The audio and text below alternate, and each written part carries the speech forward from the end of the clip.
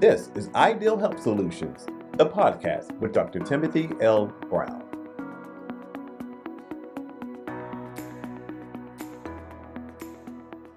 Welcome to Ideal Health Solutions, a podcast where we explore leadership, life, health, and purpose, and what it really means to build a healthy, meaningful life in today's world.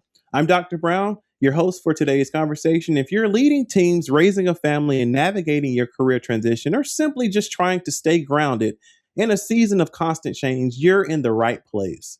Let's be honest. Resilience has become one of the most overused words in healthcare and in leadership. But real resilience, that's not a mindset poster, it's not a toxic positivity, it's a skill, and it's forged in the moments none of us would like to really want to choose for our lives. Healthcare professionals are exhausted. Leadership and leaders are navigating uncertainty. Job markets are shifting. Burnout is real, and pretending we can just push through isn't working anymore. Today's conversation is about what it actually takes to perform under pressure and how we build the kind of resilience that doesn't just help us survive, but helps us win in life. Joining me today is someone who doesn't speak about resilience from theory, but from the trenches. Dr. Dan Diamond is a physician, disaster response leader, and author who has spent over 3 decades performing and leading under extreme pressure. From Hurricane Katrina to Haiti, the Philippines, and beyond, Dr. Diamond has led mass casualty response efforts, founding the nation's first state-affiliated medical disaster response team, and helped organizations understand what makes people truly unstoppable. He's been featured on CNN, Larry King Live, Anderson Cooper, and recognized by the American Red Cross as a real hero and awarded the President's Voluntary Service Award. But what I appreciate most about Dan is this. He's deeply human, a physician, a teacher, a family man, and someone who understands that resilience is learned, not inherited. Dan, it is an honor to have you join the show today. Welcome. You know, I would say one of my most significant credentials is I'm your brother. Absolutely. Absolutely. And really glad for our friendship. You're someone that I look up to, and enjoy being able to spend time with you and talking about this, not from some big fluff theoretical perspective, but let's just get real. These are tough times. You are absolutely right. You're absolutely right. And I think from this conversation, people are going to glean not only the friendship and brotherhood that we have created and grown over the years, but really understand where resilience stems from, how we have been resilient in our individual careers and in our life. And I'm just really ready just to jump into the conversation. Yeah, let's go. All right. So the first thing I want to talk to you about is after everything you've seen, Katrina, and I know we're now approaching the 20th year anniversary where it happened in August of 2005. International disasters, healthcare crises came back with a powerful question. How do some people become unstoppable? What do the trenches teach you about resilience that most of us just really get wrong? You know, I was surprised. I was shocked by Katrina. You know, it was the most chaotic thing ever. We were set up in the parking lot outside of the convention center and had as many as 6 helicopters at a time landing in front of us, blowing everything all the way around us. Absolutely. We had the 82nd Airborne guys guarding us with their machine guns. And, Anderson Cooper was asking this big question, why are there so many victims? Absolutely. And it was a great question. But I had one that was deep in my core that was a different question. And that was, what is it about some of these people that makes them not victims? Absolutely. Because some of the people that I saw that lost everything did not become victims. Mm-hmm. It was, I remember one of the stories I did, and I did a TEDx talk on this guy named Augie. Mm-hmm. And Augie was just an amazing story. He was in his apartment when the levee broke and, the waters were flooding up. And so he grabbed his 3 black garbage bags and stuffed his belongings in it and ran down the stairs and swam to land where he could actually get in land. And then he found a shopping cart put his bags in the shopping cart. So he lost everything. And he showed up. Well, can you imagine this? You lose everything. All the belongings that you have are in 3 garbage bags in a shopping cart. And you're pushing your shopping cart around trying to find out where you're supposed to go. And somebody pointed him to us. And so he ended up at our place. And the TEDx talk version is much better because I rehearsed the heck out of that. But the thing that shocked me about him was he set his stuff off to the side and he said, "Hey, man, how can I help?" And he ended up helping us,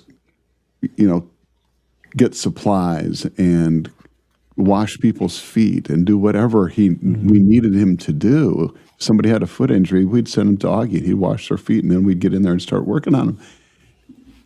It was an incredibly emotional thing when he walked up to me and said, "Hey, man, can I have the cardboard that's over there against the fence?" And I'm looking at it going, I don't know, I might need it for something. Seriously. I'm like, I don't know. I'm like, I know. It's like, what do you want the cardboard for, Augie? And he said, well, there was a couple elderly people over there, and I already gave away my blankets, and I didn't have anything else to cover them up, and I was wondering if I could cover them up with that. Wow. And it hit me so hard that I got a little teary and going, yeah, man, you can have the cardboard, you can have my money, you can have my children, you can have everything. It's like, oh man, you need it, right? What I didn't talk about in the TEDx talk is it's an even better story, because a month after I gave that talk, I was in Cleveland, and I got in late at night and was sitting, went to the bar to get a burger in the hotel, and there's a guy a couple stools down, and the bartender slid his bill down to him and said, "Thanks for coming in, Mr. Diamond." I thought, oh, that's cool. He's a black guy, I'm a white guy, but I said, I slid my business card down and I said, "Hey man, I'm your brother, the one they never talk about." And we got to talking, and he was in town because of a convention, and I said, yeah, I'm here speaking, doing a keynote presentation tomorrow about lessons learned from Katrina. And he said, "No way, man, I'm a New Orleans cop." Wow. And I said, I just did this TEDx talk about Augie, and I pulled out my phone and I showed him the picture of Augie, and he goes, "That's Xbox." I said, no, this guy's name is Augie. He goes, yeah, his name's Augie, but we all call him Xbox. He's got mental health issues. And I thought, number one, it's not cool if the cops have a nickname for you. Yeah. Number two, mental health issues.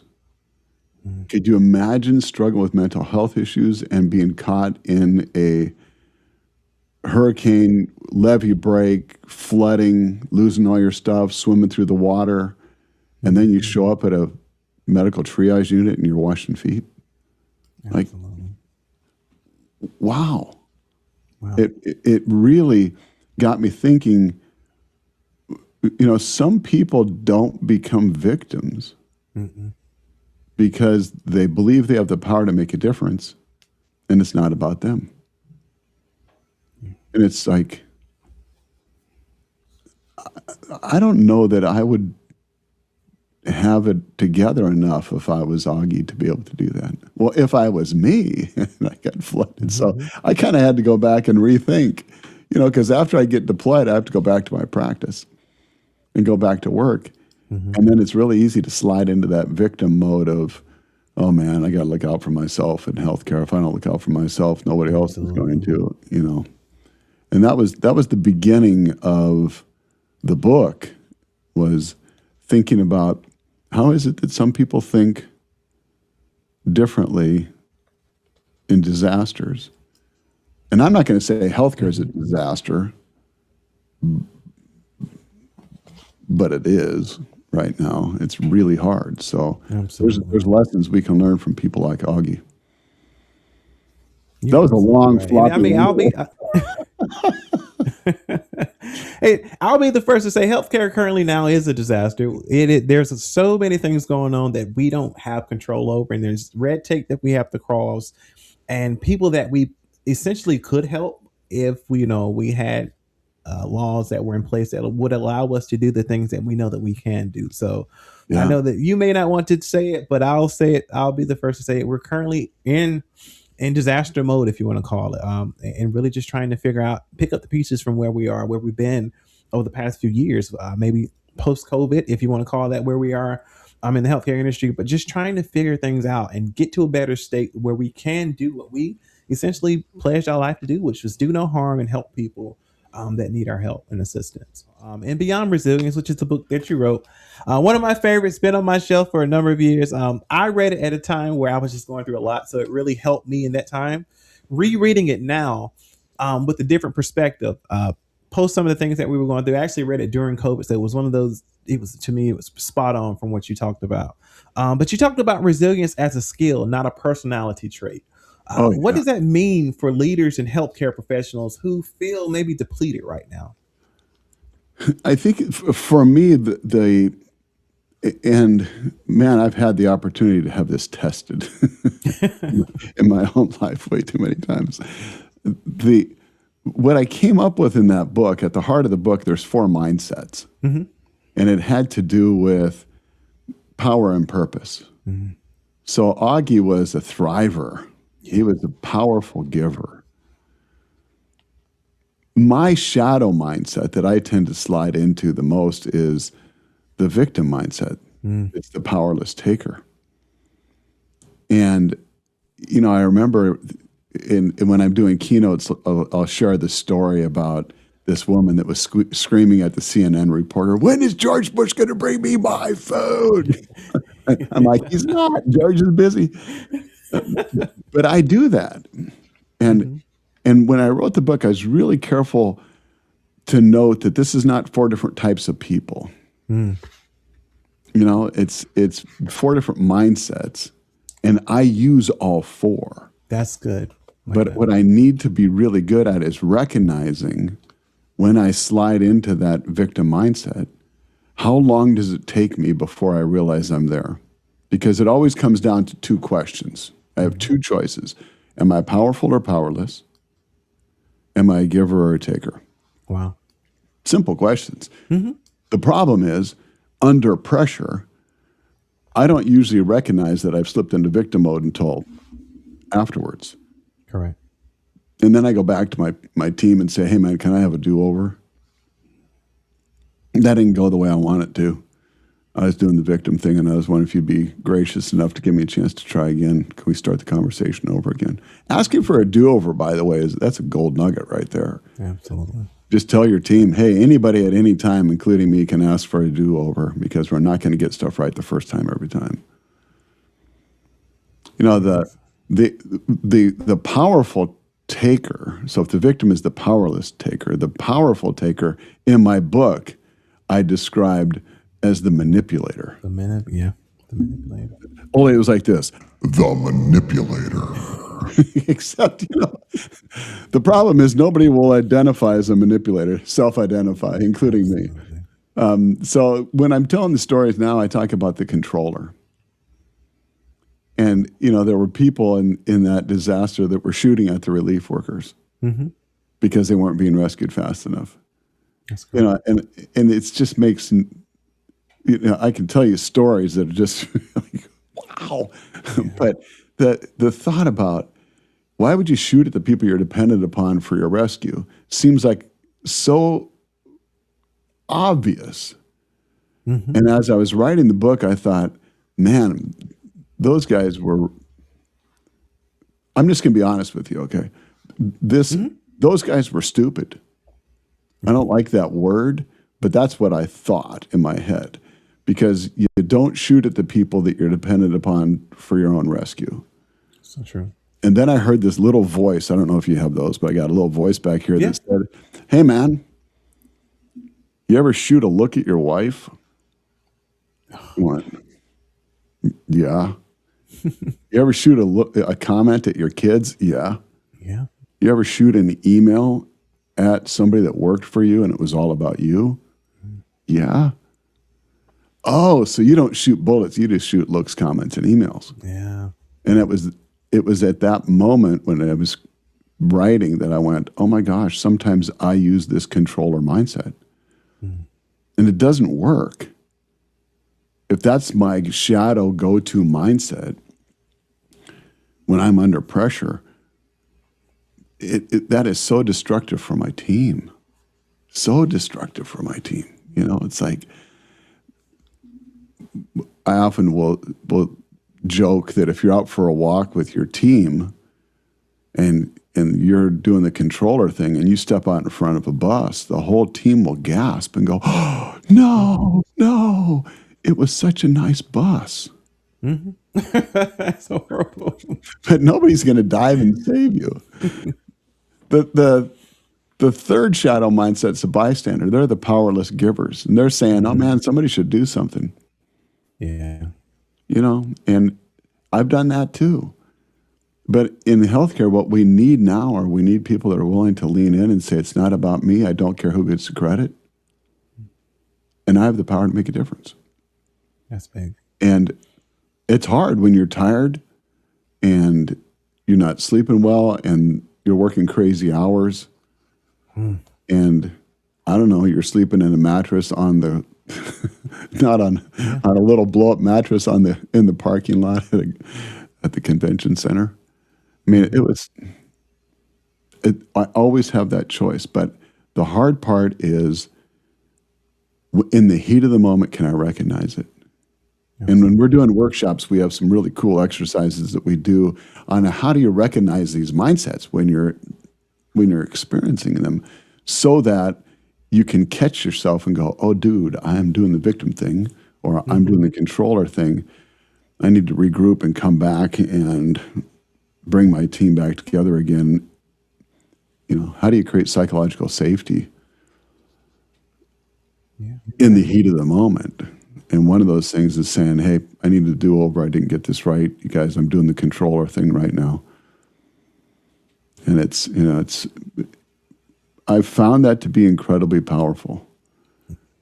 There's also conversations that go on inside my head where I have the controller going, you know, that person's ridiculous. There's, you know, like what's gone behind, you know, and I need to go, you know, this conversation that I'm having in my head is consuming me. Correct. It's like a percentage of my brain energy is just grinding on that. I need to call that out, get it out, and say, okay, you're hurting. What doesn't work is for me to be a controller to myself. Mm-hmm. Does that make sense? That does. Absolutely. I don't want to yell at myself for yelling at other people. But I want to show up with tenderness towards myself and say, man, you're hurting right now. Look, you're doing the controller thing again. Let's take a minute, refocus, and come back into this situation again and go ask for a do-over. And it's amazing. It sounds like you are so self-aware. And I think it takes a mature leader to be able to say, you know, where am I in this moment?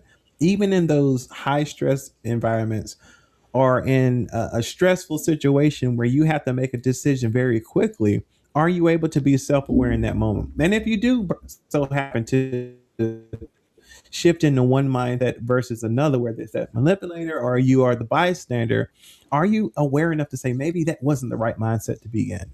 And if so, can I apologize? Can I tell my team I need that moment to maybe redo this so that we can reset the overall atmosphere and try it a different way? Because often what happens is leaders will just move on past the situation. We made a mistake, we won't own it, and we'll just move on.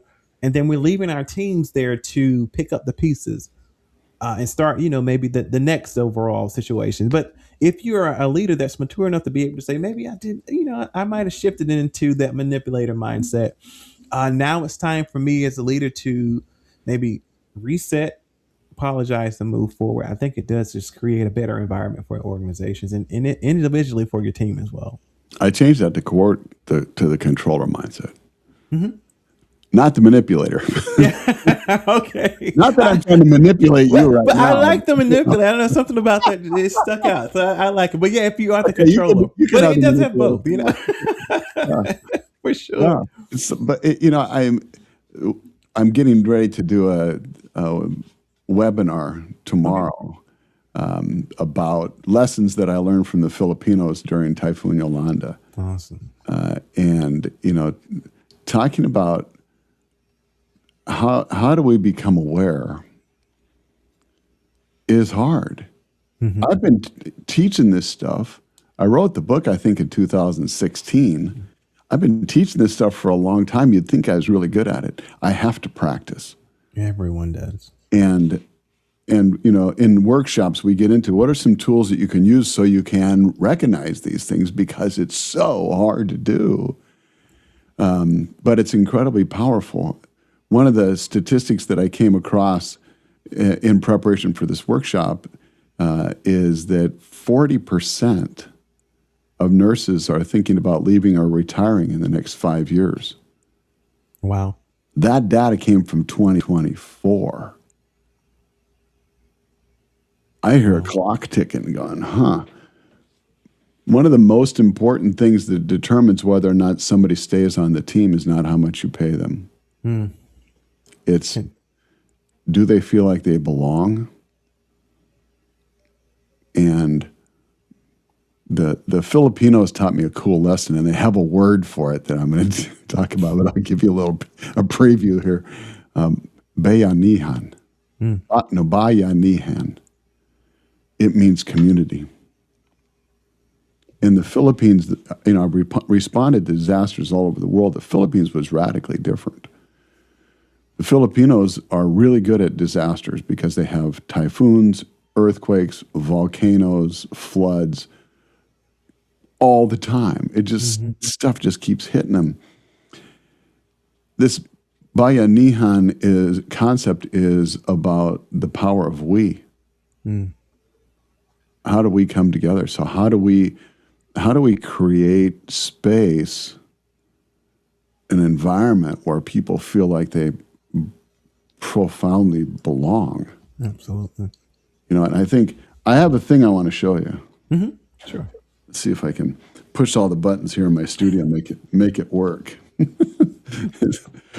This thing, let's see, is this going to work? Yeah, this is a piece of yellow glass. And I know that it's yellow glass because I can see it with my own eyes. My dad said if you see something with your own eyes, then you know that it's true. Yeah. But then I show it to you and you're like, oh, no, dude, it's actually blue. And I'm like, how can you say it's blue when I know that it's yellow? But then somebody else comes along and goes, oh, it's actually magenta. I'm like, I'm not sure I even understand what this thing is, but it's really cool. It's just a piece of glass. But when you look at it, it's different colors from different viewpoints. It is. This is a powerful concept. Like, I'm thinking if you're working in an ED and people are starting to get burned out and you're struggling because your door-to-door times are long, your wait times are long, you're boarding, you're doing all this stuff that's just, you've got impossible tasks. Bring your team together, but remember the whole team. Don't forget to bring in registration, security, the PARs. Bring all those people together, housekeeping, because there's a fairly good chance that one of them is going to say, from my perspective, it looks a little bit different than from your perspective. And I've always thought, what if you did this thing differently? And then you go home with your mind blown going, why didn't I see that? Yeah. Some of the best problem solving people, and they've done research on this, are people that are bicultural. If you've got some bicultural people on your team, have a cup of coffee with them and sit down and say, what's it look like when you look at it from an American perspective, what are you thinking? When you're looking at it from pick it, Filipino, Hispanic, African American perspective, what does it look, what do you seeing that I'm not seeing? Because I only have these eyes and I'm seeing a flat version when we have multiple eyes, we start to see with depth perception. Mm-hmm. That's amazing. When I hear that, I also think about even different genders. How do you see it from your perspective? Oh, for How sure. do I see it from mine? Because then you get a full picture, at least, to be able to make a well-rounded decision is what I like. Yeah.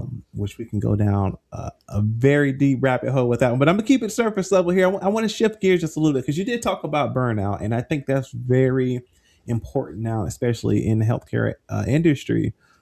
In your experience, what separates those who break under pressure from those who grow through it?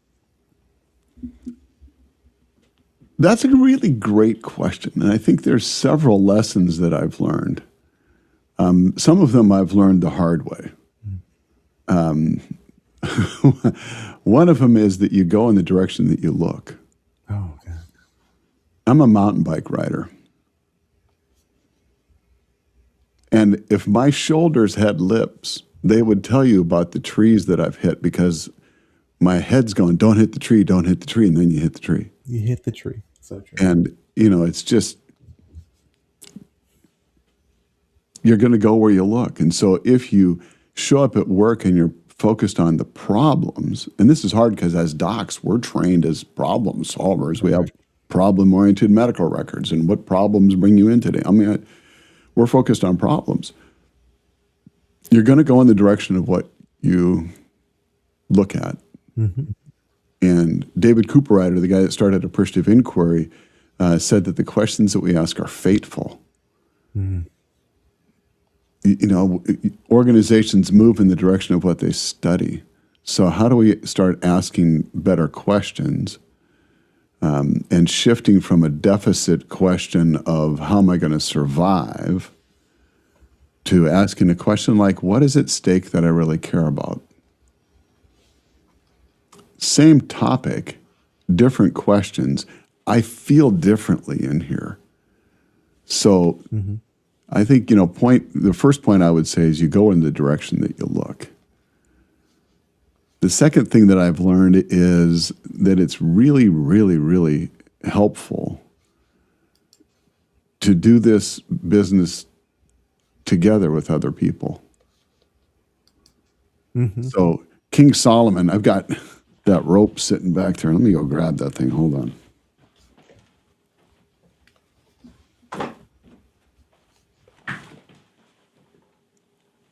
King Solomon said a cord of 3 strands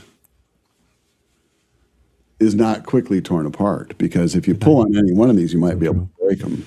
But when you weave those together, this becomes really, really, really strong. So in healthcare, I want to think about how do I bring my team together to create something like this because we're way stronger together. And as the doc, I don't need to have all the answers. As the leader, I don't need to have all the answers. And coming in at the beginning of the day, doing a quick huddle and saying to your team, I'm having a tough time today, guys. I'm feeling really tired and really burned out. And if the team rallies and says, hey, man, how can we help you? That feels radically different than, man, I don't want anybody to know I'm really burned out. They know.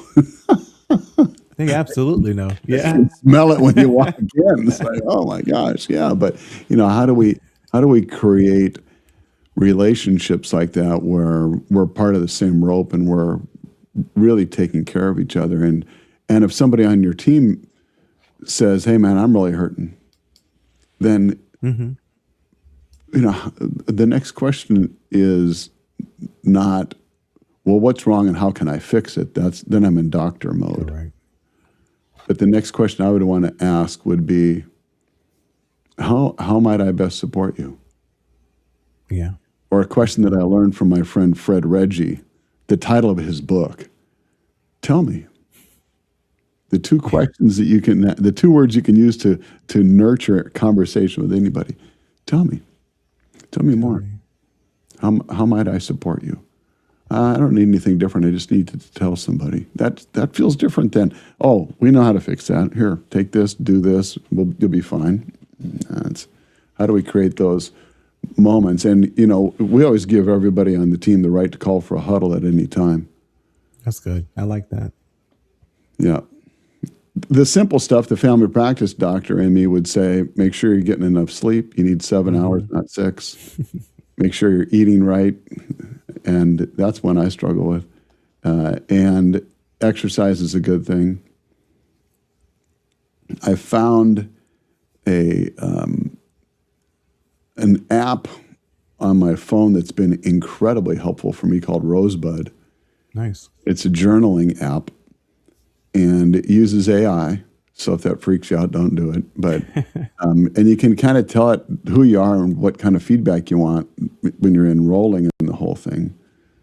So, I told it I'm a Christian, and here's some Bible verses that are important to me, and this is kind of my theme verse for the year, and it'll feed that stuff back to me, and it'll bring back, this is kind of like the thing that you had last week where you're talking about the importance of pausing and noticing and praying and choosing.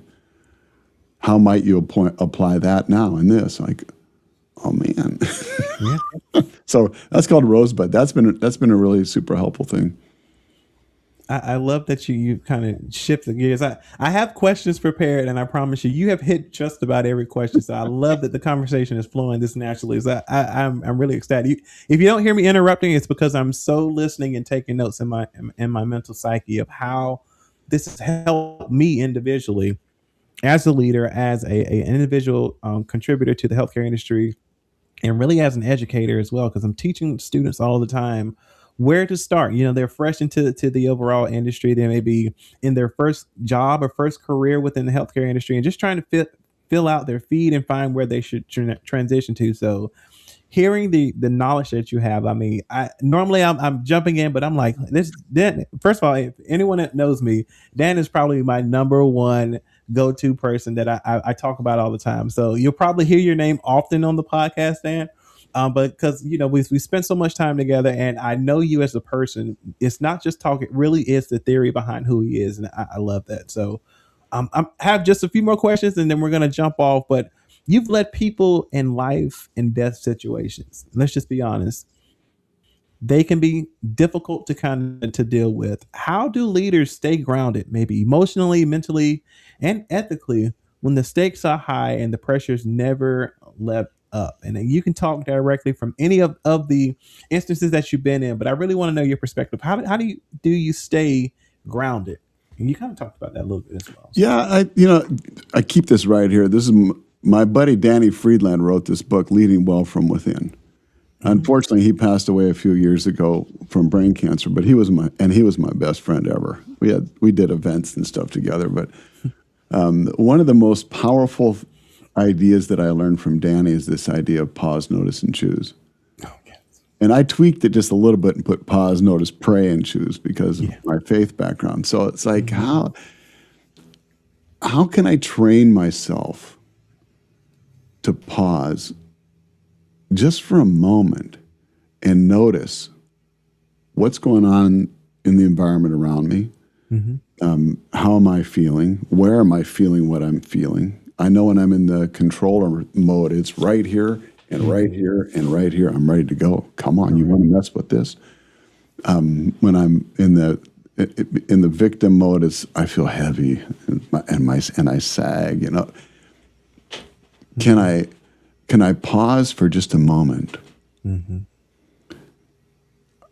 It's so powerful when somebody shows up and they get in your face. And my initial reaction is, and if I'm not careful, I'll just jump right back. And I always have something to say. I don't have problems coming up with words. But if I can pause for a moment and look at, oh man, they look like they're really upset. And when they say that, I'm feeling a little threatened right now because they're kind of in my space. So I'm feeling small. They seem big to me right now. Take a breath, kind of regroup a bit, and then choose kindness. Man, you seem really upset. I care about you. Can we sit down? Let's talk about this. I'd love to learn more. You know, I came up with this program called Kind Shift because I made a mistake and didn't meet people where they were. I sat down and noodled on this for a while and came up with this idea of kind shift. And there's 4 postures that go with this: sit, stand, shift, expand. Can I sit with somebody that's difficult? Sit with empathy, with the desire to understand. Hey, man, tell me more about this. I really upset you, but I want to make sure that I'm really understanding what's going on, and I want to hear you. Or I appreciate that you care about this. Can you tell me why this is so important to you? Tell me more about why do you think this matters to you? Why does it matter to the team? Why does it matter to the organization? I just want them to go deep. Tell me. And then when we stand, it's, Otto Scharmer and his Theory U stuff, which is really good, by the way. I'm a big fan of his leadership stuff and change management things. And he says, if you get in a helicopter and you looked at this from altitude, what do you think it's all about? Except I've been in helicopters and they're incredibly loud. Yes, they are. Wow. You can't think of a helicopter. So I put it in my program, I put, if you got in a hot air balloon and looked at this from altitude, what do you think this is really all about? Oh, yeah. And then shift to what's the outcome you'd like to see? And then the expand piece is, what would a miracle look like? So if I have somebody that's coming at me and I can sit, stand, shift, expand with them, then that gives them the opportunity to feel like I heard them. And they can come out of that kind of an experience going, thanks, man. I appreciate that. And then part of me goes, wow.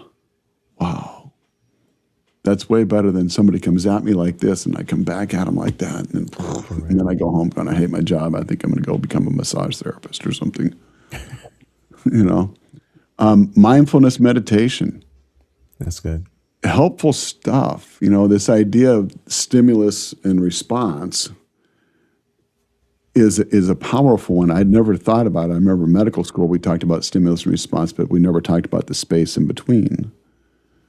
And how do we stretch that space out a bit? How do we learn how to pause? Mindfulness meditation can be a helpful thing. Although I'll tell you, it took me a month of doing mindfulness meditation, about 10, 15 minutes a day before I went, oh, this is about stretching out the space between stimulus and response. I'm a little slow, but it's helpful. It's not fluff. There's one of the tools that I like is Prolex breathing. And the military, special forces guys, I get to work alongside those guys in disasters because they show up too, fortunately. They use Prolex breathing, which is the military has to abbreviate everything. It stands for prolonged expiration. So it's 2 seconds in through your nose, 8 seconds out through your mouth, like when you do it against pursed lips. So you got, and it brings up your vagal tone, decreases the sympathetic tone, so your body kind of goes, just like 3 or 4 cycles of that. When I'm teaching it, it's dramatic. It's like, if I'm having a conflict with my wife, it looks like this. She doesn't know. Exactly. And so we can use tools like that to capitalize on the way our parasympathetic nervous system works in a way that we can bring some calmness, mindfulness meditation. As every time I say mindfulness meditation, I know that there's people that are going, oh, here we go again. Yeah. Yes, here we go again because it works. It works, absolutely. You could say the same thing if I told you to go out and exercise. Oh, here we go again. Yeah. But I can tell you it works. I have to take care of myself so that I can take care of other people. Yeah. And it's that consistency that's needed in order for you to see the results that you're looking for. Not many people are willing to be consistent with anything nowadays. If it doesn't work at the first drop or the first dime, they're ready to quit and unfortunately move on, which leads them into that cycle of things just don't work for me. Yeah. I'm a streaks guy. You ever do that stuff? Yeah. I had 823 days in a row of exercise before I had a quadruple bypass. Wow. Yeah. Totally messed up my streak. That was the worst part of having the surgery. Happened to start over. Yeah. It's like, oh my gosh. Now, I can remember when I got my Apple Watch, the first thing I wanted to do was hit 365 days of exercise, which I did, by the way. Yeah, right on. Yeah, it was awesome. Yeah, I'm with you. I'm in streaks all the way. I told myself when I broke my record of 823 after my surgery and had to start over again, I custom designed a sweatshirt that says Lord of the Rings on the front. It has the 3 rings. I almost did the same. I have people in the store going, "Oh man, I like your shirt." They don't know. They don't know that they think it's the book or the movie. Yeah. No, this is about streaks. I love it. I love it. I just want to say, I think these are really hard times. They are. And there's times when you're exercising, you're getting sleep, you're eating right, you're taking care of yourself. You've worked hard to develop a team of at least 2 other friends that you can talk to when you're going through the tough stuff, where you can be real with each other. And it's still hard. Absolutely. And then sometimes it's helpful to find somebody to come alongside and walk the road with you. We do some mentoring and coaching, but you guys have people there too that do it, and I think being willing to reach out and get some help, absolutely, is. I'm better off because I went and got help, and it's okay to get help. You're absolutely right. That, and don't forget to ask the registration people. When I did my first clinical rotation, did this happen to you? The first clinical rotation is all about, all right, we're going to give you a tour of the hospital, and you go around to all the different departments, you learn where everything is, and then they get to the floor, and they say, this is the unit clerk. I think now they don't call them unit clerks anymore. I like the unit clerk better than par, but this is the unit clerk. She's the most powerful person in the hospital. Don't make her angry. And it's true. It's so true. But nobody ever asked them into the conversation, how do you think we can improve? And they have to feel safe. Otherwise, they're going to say, oh, nothing, I think everything's fine. And they're still going, oh. Yeah. I seriously would love to get your insights into this. Are there things that I'm doing, number one, that are driving you crazy? How might I do my work in a way that makes your job better? And do you have any insights on how I can do my job better? Yeah. And how we might be able to flow better? That's good. It's guaranteed they'll go home that night at dinner and say, the most incredible thing happened at work today. So true. You won't believe what happened. It's like, yeah, man. The heavens open up.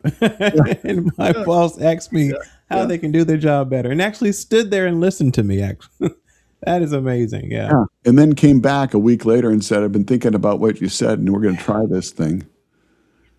Then they're going to go, oh my gosh,